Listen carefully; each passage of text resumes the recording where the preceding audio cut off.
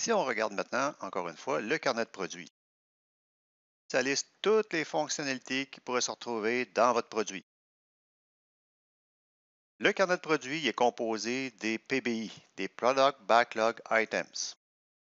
Les PBI sont triés comme suit. Ceux ayant la plus haute priorité sont en haut. Ceux ayant la plus basse priorité sont en bas. Ce qui a le plus de valeur pour le client va se retrouver au début.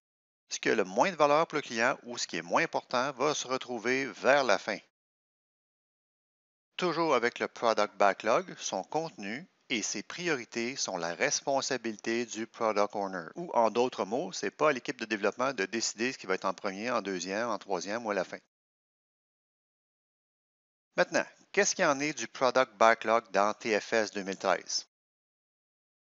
Ça va vous permettre d'ajouter les items évidemment dans le Product Backlog et ça va vous permettre aussi de répertorier des bugs. TFS 2013 va vous permettre d'établir les priorités en mettant en ordre les PBI, simplement avec un drag and drop. Ça va vous permettre de faire un estimé en vous basant sur la vélocité. Qu'est-ce que la vélocité? Chaque PBI a un niveau d'effort estimé. La plupart des équipes Scrum utilisent les Story Points pour estimer les PBI. Des points vont être attribués à chacun des PBI. L'estimation avec les Story Points. C'est une estimation assez grossière, assez générale de l'effort à faire pour réaliser un PBI. Les Story Points viennent de la séquence Fibonacci avec une certaine modification. En effet, après 21, on a mis 40, 80, 120. C'est une estimation à faire par l'équipe de développement à propos d'un PBI terminé, c'est-à-dire l'effort que ça va demander pour réaliser la fonctionnalité et passer à travers la DOD. Ce n'est pas basé sur des heures. Depuis que je donne ce cours, dans tous les groupes, dans toutes les sessions, dans toutes les années, j'ai toujours la même question, mais pourquoi ce n'est pas basé sur des heures? La réponse est simple, parce que ça ne fonctionne pas.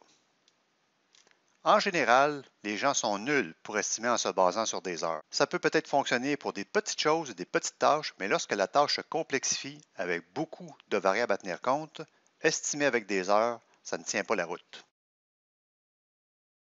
Plus vite vous acceptez ce fait, c'est-à-dire qu'on ne peut pas estimer une tâche importante en heures, plus vite vous serez heureux. Et ça ne vaut pas seulement pour le cours que vous suivez, mais pour n'importe quoi dans votre vie. Tâche complexe, très difficile à estimer en nombre d'heures. Ce qu'on fait dans le cours, c'est qu'on lui attribue un poids avec les story points.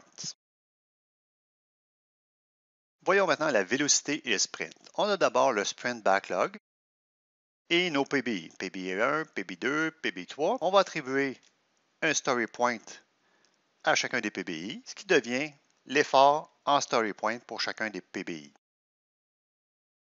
La vélocité, c'est le total des story points des PBI livrés et fonctionnels selon la définition déterminée du sprint. Si vous avez fait le PBI 1, 2 et 3, vous avez une vélocité de 26. Vous avez fait le 1 et le 3, ça vous donne une vélocité de 13.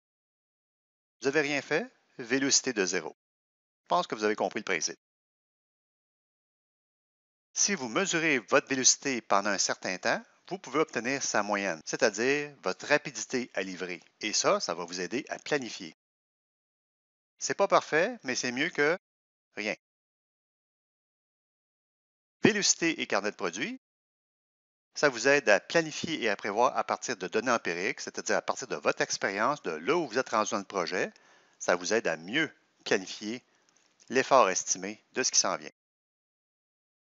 Utilisez la vélocité pour prévoir quand un PBI sera terminé. Utilisez la vélocité pour planifier ce qui sera fait dans les sprints.